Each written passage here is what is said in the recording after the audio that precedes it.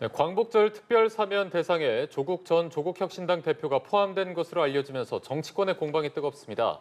한편 민주당 정청래 대표는 호남 행보로 민심 다지기에 나섰고 국민의힘 전당대회 첫 합동 연설에는 고성과 몸싸움으로 얼룩졌습니다. 네, 최진 대통령 리더십 연구원 원장 김종혁 전 국민의힘 최고위원과 함께 관련 내용 짚어보겠습니다. 두 분 어서 오십시오. 안녕하십니까? 안녕하십니까? 네, 자, 특별 사면 얘기부터 해보도록 하겠습니다. 지금 광복절 특별 사면 심사 명단에 조국 전 대표 또 정경심 전 교수가 포함된 것으로 알려지면서 현재 후폭풍이 이어지고 있습니다. 일단 조 전 대표가 이번 명단에 오른 배경은 어떻게 봐야 되겠습니까? 일단 저는 지난 7월이지 않습니까? 우원식 국회의장이 조국 전 대표의 이제 교도소를 면회하지 않았습니까?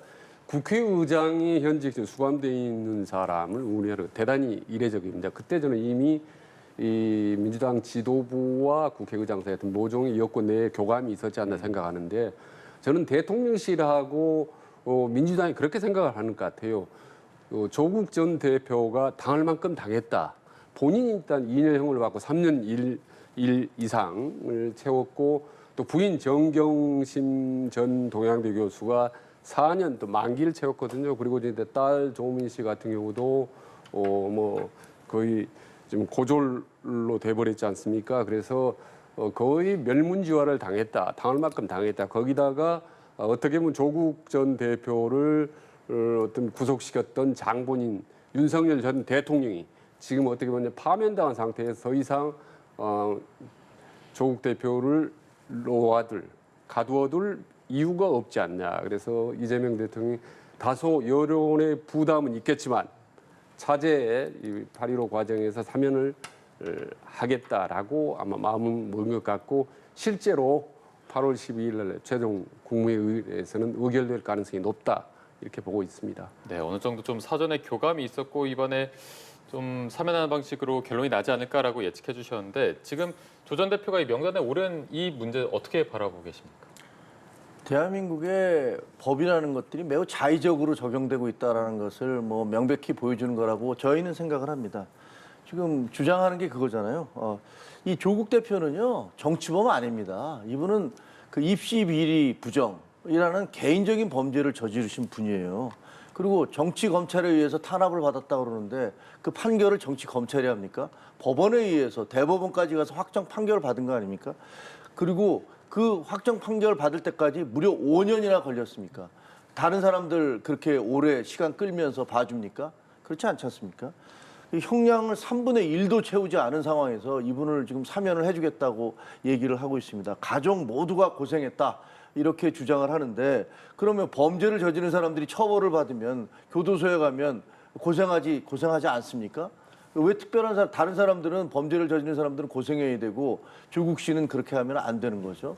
저는 이건 논리적으로 말이 안 된다고 생각을 하고요. 또 일부에서는 또 뭐 아까 그 원장님도 말씀하셨지만 다른 가족들 다 피해를 보고 있지 않았느냐. 조민 씨는 유튜버로서 대단히 성공을 했고 지금도 뭐 잘 나가고 있는 걸로 알려져 있습니다.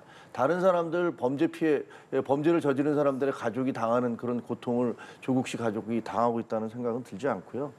마찬가지로 이거 윤미향 씨까지도 또 사면을 하겠다고 하잖아요. 윤미향 씨를 위안부 할머니들의 후원금을 횡령한 혐의로 법원에서 유죄 판결을 받은 사람을 8.15에 사면을 해주겠다라고 얘기하는 것들이 이게 얼마나 아이러니한 건지는 좀 생각을 해보셔야 될 것 같습니다.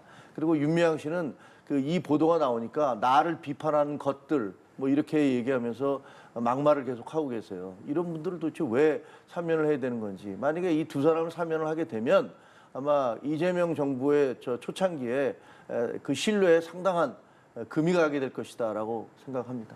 네, 혹시 여기에 좀 반박을 하시겠습니까? 일단 돌이켜보면요. 그러니까 대통령 사면권이라는 게 항상 문제가 있었던 것 같아요. 정말 양날의 칼이었던 것 같고 분명히 이제 헌법 79조에 있지 않습니까? 이제 대통령의 고유 권한이고 법률에 따라서 사면, 감경 또는 복권할 수 있다라고 명시되어 있는 헌법적 권한을 대통령이 행사하는 거거든요. 근데 매번 대통령 바뀔 때마다 사면할 때마다 문제가 됐었어요. 윤석열 전 대통령이 8.15 사면 처음 취임 이후 첫 사면을 했는데 그때 이명박 전 대통령, 그다음 김경수 전 경남지사 같은 정치인은 사면을 하지 않았습니다. 그리고 이재용 삼성회장을 비롯한 기업인들만 사면을 했거든요. 자, 그러면 상당히 모든 사람들이 여야가 박수를 쳐야 될 거 아닙니까? 근데 여야가 동시에 비판을 했어요. 특히 국민힘 내부에서 이를테면 홍준표 의원이라든지 또는 대구의 누구니까 중진 의원들이 야 이거 통합적인 사면을 한다고 해놓고 무슨 정치를 빼는 게 그건 무슨 통합적인 사면이냐라고 해서 비판을 했던데 아무튼 사면은 이래도 저래도 비판을 받을 수밖에 없기 때문에 예. 이거 대통령이 고유로 하는 때부터 대통령이 그 부담을 감수할 수밖에 없다는 거 예. 저는 봅니다. 이번 조 전 대표 사면 문제를 두고 역시나 좀 국민의힘에서는 상당히 좀 격한 반응이 나오고 있습니다. 최악의 정치 흥정이다, 뭐 이렇게 평가를 좀 하더라고요. 지난번에 저희가 그 김태우 강서구청장을 사면을 했어요. 그때 민주당이 격렬하게 비판을 했습니다. 사면권 남용이다. 사면을 범죄자를 사면해 주느냐라고 얘기를 했는데 똑같은 그런 비판을 할 수 있고요. 그다음에 그 사면권이 다른 나라에서는 이렇게 물론 나라마다 다 상황이 다릅니다만 여러 가지로 예를 들어 부패, 선거사범이라든가 그다음에 중대범죄자들에 대해서는 사면 안 하는 프랑스 같은 경우는 그렇다고 뭐 보도가 돼 있더라고요. 그러니까 이번 기회에 대통령의 사면권이 이게 과연 온당한 것인지에 대해서 좀 생각을 해봐야 돼요.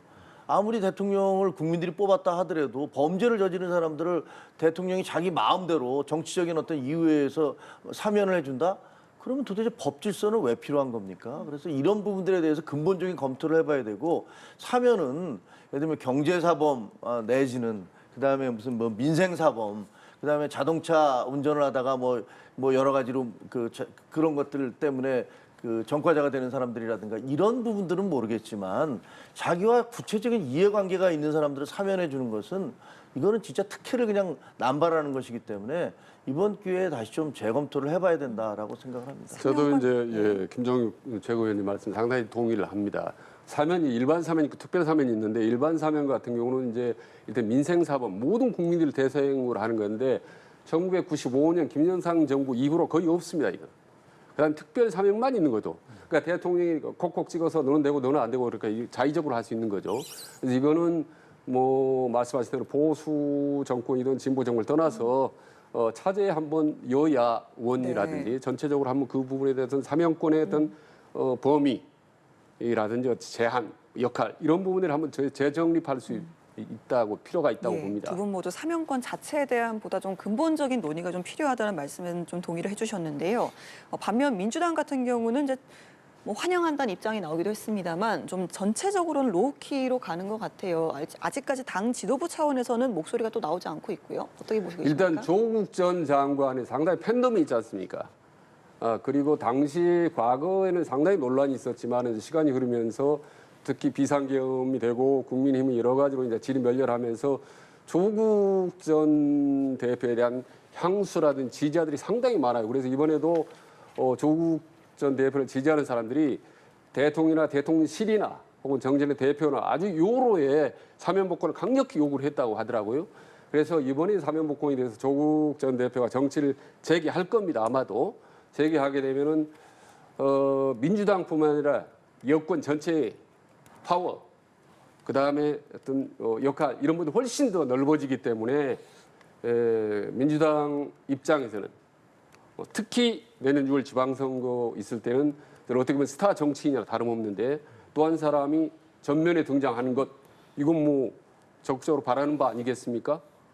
네, 이제 뭐 사면 복권이 현실화됐을 때 정치 재개 가능성, 특히나 이제 내년 6월 지방선거를 앞두고 거기에서 여권 전체의 힘이나 역할을 좀 더 넓혀줄 것이다라는 전망을 해주셨거든요. 만약에 이제 현실화된다면 앞으로 이제 정치권에서 특히 여당 내에서 어떤 좀 움직임, 역할을 할 거라고 보십니까? 저는 오히려 그 반대 입장일 수도 있다. 반대 상황일 수도 있다고 봐요. 왜냐하면 조국 씨 같은 경우는 민주당이 아니지 않습니까? 근데 본인이 예를 들면 지난번에 이제 호남에서 그 조국당이 처음으로 이제 군수행가 당선이 됐잖아요. 그리고 이번에 아마 부산시장으로 나올 수도 있고 만약에 사면 복권이 다 된다면 그리고 민주당의 경쟁자가 될 수도 있어요. 그러니까 그게 꼭 민주당에게 좋은 일이기만 할까라는 생각이 들고 그다음에 조국 씨는 뭐 되고 나면 당장 나는 차기 대선을 위해서 뛰겠다 이런 준비할 거 아닙니까? 그러면 그게 민주당에 어떤 영향을 미칠지는 굉장히 복잡한 함수 관계가 생겨날 것 같아요. 그래서 글쎄요, 어떻게 될까? 저는 오히려 그 부분이 민주당에 도움이 될 수 있다고 보는 거죠. 그래요? 어떻게 역할 분담 차원에서 민주당이 독주하고 다 먹는 것보다는 적당히 야권까지 쓰리 역법력으로 해서 나눠서 역할 분담을 하는 것이 오히려 지지층 확대, 중도층 흡수 이런 차원에서 전략적으로 좀 도움이 될 수 있다고 판단한다고 봅니다. 알겠습니다. 이번에는요, 이춘석 의원 논란에 대한 이야기 좀 넘어가도록 하겠습니다. 주식 차명거래 의혹에 대한 국민의힘의 공세가 이어지고 있는데요. 특히나 이 차명계좌의 소유자였던 보좌관이 국정기획위원회 소속이었잖아요. 이 부분에 대해서 뭐 특검, 전수조사 이런 것들 요구하고 있더라고요.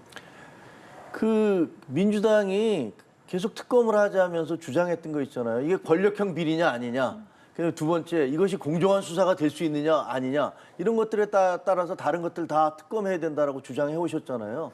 근데 이번 이춘석 씨 차명 거래 의혹은 그 두 가지 모두 해당합니다. 그렇죠?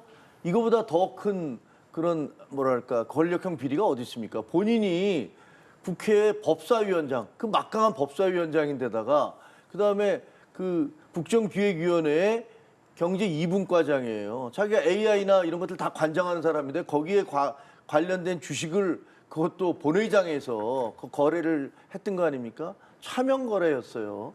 본인이 아니고 자기 보좌관을 동원해서 했던 거기 때문에 누가 봐도 명백한 이것은 그 권력형 비리인 게 분명합니다. 그리고 정권이 막 출범한 다음에 이 수사를 경찰이나 검찰이 제대로 할 수 있을 거다.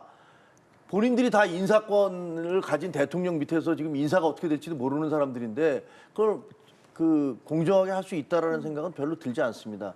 그렇다면 저거는 특검을 동원해서 특검이 객관적으로 수사를 해야 됩니다. 민주당이 그렇게 권력형 비리나 그 공정한 수사가 안 될 때는 특검을 동원해야 된다고 그렇게 주장을 해왔잖아요. 이제 똑같은 사례가 지금 본인들에게 떨어졌어요. 그러면 어떻게 해야 되겠습니까? 본인들도 특검을 받아들이는 게 마땅하다. 그런데 무슨 경찰 수사가 제대로 될 것이다, 공정하게 될 것이다 이렇게 주장하는 거는 국민들이 전혀 믿지 않을 거라고 저는 봅니다. 네, 어떻게 흘러갈까요? 특검을 좀 민주당에서 받겠습니까? 일단 뭐 민주당으로서는 이 상황에 대해서는 입이 10개라도 할 말은 없죠. 더구나 대통령이 공개적으로 주식 가지고 장난치면 배가망신 시키겠다 뭐 이런 식으로 말을 했기 때문에 민주당은 뭐 정말 할 말이 없는 겁니다. 그래서 이제 정청래 대표 같은 경우는 즉각적으로 제명 조치를 하고 나왔지 않습니까? 초강경으로 하고 대통령도 휴가지 청와대 저도에서 이거 엄중하게 말이죠 조사하라라고 얘기할 정도 아니겠습니까? 그래서 아주 신속하게 처리를 하고 있는 상황인데 다만 이제 이 특검까지 해야 되느냐라는 부분은 사실 이제 논란이 좀 있다고 봅니다. 이거는 뭐 전 국민적인 뭐 사안과 관련된 이런 거라기보다는 개인 비리 쪽에 상당히 포커스가 맞추어져 있기 때문에 지금 특검이 지금 뭐 3개 특검이 이루어지고 있는데 여기서 또다시 특검을 한다라는 이 부분은 상당히 좀 무리가 있다고 저는 보는 거고 다만 민주당에서 할 수 있는 최고의 고강도의 조치를 신속하고 지속적으로 취하는 것 이게 이제 국민들의 민심에 이제 조합을 수 있다고 봅니다. 네, 지금 말씀해주신 대로 지금 민주당은 뭐 특검이나 전수조사에는 선을 긋고 있는 상황인데 대신 이제 권성동 의원 징계안을 제출하거나 뭐 특검 대상 확대 법안 발의 이런 거를 제출을 해서 그래서 이런 움직임은 좀 어떻게 해석을 해야 되겠습니까? 권성동 의원의 문제가 있으면 그 문제는 문제대로 처리해야 된다고 봅니다. 뭐 그걸 감싸거나 은폐할 수는 없는 거잖아요. 근데 그것과 지금 이춘석 의원에 대한 그런 수사는 별개라고 봅니다. 물론 특검이라는 것은 검찰이나 경찰의 수사가 미진하다, 부족하다라고 할 때 하는 게 맞아요. 그리고 국민의힘에서도 민주당이 특검하자고 얘기했을 때 일단 지켜보자. 경찰 수사 지켜보자. 검찰 수사 지켜보자. 이렇게 얘기를 했던 것이 사실입니다. 그러니까 입장이 바뀌면 방어하는 입장에서는 그렇게 얘기하는 거 뭐 당연하다고 생각합니다. 저도 국민의힘 의원들이나 뭐 그 다른 사안에 대해서 민주당이 주장할 때 일단 수사 지켜보는 게 맞지 않겠느냐 이렇게 얘기를 했었습니다. 네. 당연한데 근데 이 사안은 어떻게 보면 민주당이 그동안 얘기해왔던 대로 이렇게 엄청난 권력형 비리로 비화될 수 있는 사건을 그냥 놔둘 수 있겠느냐. 그 주장에 정확히 해당해요. 그러니까 사실은 엄밀하게 얘기하면 특검으로 가는 게 맞다. 그리고 다른 쪽으로 물타기 무슨 뭐 권성동 의원은 권성동 의원대로 수사를 하시든가 징계안을 내시든가 그건 알아서 하는 건데 그것과는 별개다 이렇게 생각이 되어집니다. 이 특검을 왜 하느냐, 어떨 때 하느냐 이게 문제예요. 특검은 이제 당사자가 적극적으로 부인하거나 혹은 주위에 이제 소속된 조직이나 정당에서 이걸 완강히 저항하거나 할 때 이제 할 수 없이 부득이하게 검찰이 하는 제3의 이제 어떤 권력기관을 통해서 조사를 하는 건데 지금 뭐 이준석 본인도 뭐 충분히 잘못을 사과를 하고 인정을 하고 있고 또 민주당도 신속하게 조사를 하고 있기 때문에 일단 뭐 특검까지 가는 거는 좀 무리다라는 게 제 개인적인 생각이고 다만 이제 국민이 이제 권성동 문제는 참 그렇습니다. 이렇게 윤석열 전 대통령이 만들어 놓은 게 이제 특검 정국이다, 뭐 탄핵 정국이다, 뭐 계엄 정국이다라고 한다면 그 두 당사자가 어떤 쌍권 시대 아니었습니까? 그래서 권영세, 권성동이었는데 그 중에 한 사람이 이제 가장 핵심 권성동 의원이 마침내 뭐 통일교로부터 인력을 받았다는 의혹이 급속히 제기되기 위해서 이제 민주당에서는 징계안까지 제기되고 있는데 어쨌든 권성동 의원도 본인은 적극 그런 적이 없다라고 부인하고 있지 않습니까? 부인하고 있기 때문에 이 부분에 대해서는 좀 명확히 뭐 여야를 떠나서 앞으로 좀 조사, 진상 규명이 필요한 부분이다라고 보는 거죠. 그런 점에서 어떻게 본다면 이춘석 의원 건보다 훨씬 더 심각할 수도 있는 거죠. 본인이 적극적으로 부인하고 있기 때문에 이 부분에 대해서는 강도 높은 조사가 좀 필요하다고 봅니다. 알겠습니다. 정청래 대표가요 취임 일주일 만에 다시 또 호남을 찾았습니다. 광주 5.18 묘역에도 참배를 했는데 여기에 이제 현장에서 광주 전남 소속 의원들이 불참한 부분을 공개적으로 질책을 하면서 좀 당내 기강을 다잡는 듯한 모습도 보였거든요. 이 부분은 좀 어떻게 보셨는지 먼저 묻겠습니다. 아니 그 당이 얘기니까 지 원장님이 말씀하시는 게 맞는 것 같은데 뭐 정청래 대표가 그 대표 되고 난 다음에 뭐 속된 말로 이제 군기잡기 시작하시는 것 같아요. 그리고 본인의 활동 범위를 계속 넓혀가는 것 같습니다. 그래서 뭐 문재인 대통령도 만나고 그다음에 또 그 권양숙 여사도 만나고 봉화마을 참배도 하고 뭐 이러면서 당 대표로서의 이제 자기의 역량 이런 것들을 강화하기 위해서 나온 것 같은데 한 가지는 조금 이렇게 의아한 것은 정청래 대표가 강성 지지자들에게만 의존을 하려고 하시는 것 같아요. 굉장히 강성 지지자들의 입장을 반영을 하고 그리고 야당과의 관계에 있어서도 강성 일변도로 나가고 그리고 저는 조금 저래도 되나라는 생각이 든 것은 계속 대통령과 본인이 1대1이다. 나를 말릴 수 있는 사람은 대통령밖에 없다. 이런 식의 얘기를 계속 하시는 거예요. 되자마자 강선우 그 여가부 장관 낙마한 분에 대해서 전화해서 내가 울타리가 돼주겠다. 아니 대통령은 뭐 자르고 싶어서 잘랐겠습니까? 어쩔 수 없이 잘랐는데 대통령은 자른 사람이지만 나는 울타리가 돼주는 사람이다. 그걸 공개를 해버리면 대통령의 입장은 뭐가 됩니까? 그리고 조국 씨에 대해서도 지금 문재인 대통령 만나서 사면해달라고 그러는데 같이 밥 먹으면서 거기에 힘 실어주는 식으로 하면 대통령의 입장에서는 이럴 수도 없고 저럴 수도 없는 그런 처지란 말이에요. 그러니까 그런 식으로 자기와 대통령을 계속 나는 동등한 관계야. 뭐 이런 식으로 나를 말릴 사람은 대통령밖에 없어. 이렇게 얘기하는 게 저게 대통령실에서는 과연 어떻게 받아들일까. 하나는 강성 지지자들에게만 의존하려고 한다. 그리고 본인을 거기에 근거해서 나는 대통령과 거의 대등한 사람이야 라는 식으로 얘기하는 것들 저게 굉장히 무리수를 두고 있다. 대통령에게 부담이 될 수도 있다라는 생각이 듭니다. 강성 지지층에만 의존하는 모습을 또 짚어주기도 하셨고요. 실제로 어제 불참했던 의원들은 바로 또 SNS에 해명을 또 하기도 했더라고요. 네, 뭐 그렇긴 했습니다만은 어쨌든 정청래 대표가 상당히 대통령이 비슷하게 다음으로 언론의 스포트라이트를 많이 받는 건 사실인 것 같아요. 광주 5.18 묘역에 가서 한마디 했던 거 예를 들면 야 이거 계엄 성공했더라면은 뭐 대통령하고 나하고 뭐 불기후 객이 될 수도 있을 뻔했다. 뭐 이런 발언들이 이제 온통 언론을 도배질을 하고 있는데 본인으로서는 이제 상당히 지금 어떻게 보면 사기 충천할 겁니다. 뭔가 개혁, 당의 개혁 추석 전까지 하고 그래서 속도를 내고 있는 차에 자기를 적극적으로 지지했던 호남이 고마워서 내려가서 광주 전남 쪽에 합동 뭐 최고위원을 했단 말입니다. 의원총회 겸해서 했는데 광주 전남 의원이 18명인데 8명만 참석을 했어요. 어떻게 보면 첫 최고위원인데 상당히 좀 섭섭할 수가 있겠죠. 그 이면에는 야 과거 전당대회 할 때 박찬대 의원 지지한 사람들은 뭐 나오지 않은 거 아니야 이런 섭섭함도 있을 것 같습니다만 예. 어쨌든 집권 초기에 군기를 잡는 것 뭐 다들 그렇게 하는 거 뭐 불가피하다고 하지만은 저런 경우가 반복되면 의원들한테 상당히 좀 거부감이 생겨서 균형이 틈이 생길 수 있기 때문에 네. 정 대표가 좀 템포 조절을 했으면 좋겠다라는 생각을 합니다. 알겠습니다. 자, 국민의힘 얘기도 한번 해보도록 하겠습니다. 이제 대구에서 첫 합동 연설회가 열렸는데 거의 뭐 고성과 말썽으로 얼룩졌다 이런 평가가 있습니다. 특히나 이제 전한길 씨가 논란의 중심에 선 모습인데, 글쎄 전한길 씨에 대한 이런 후폭풍 논란 어떻게 보십니까? 국민과 당원 보기에 너무너무 부끄러운 짓을 한 거죠. 전한길 씨는 저희 당의 책임 당원도 아닙니다. 화면에 나오고 있지만 저 사람 지금 저렇게 당원들 모아놓고 선동하고 있지 않습니까?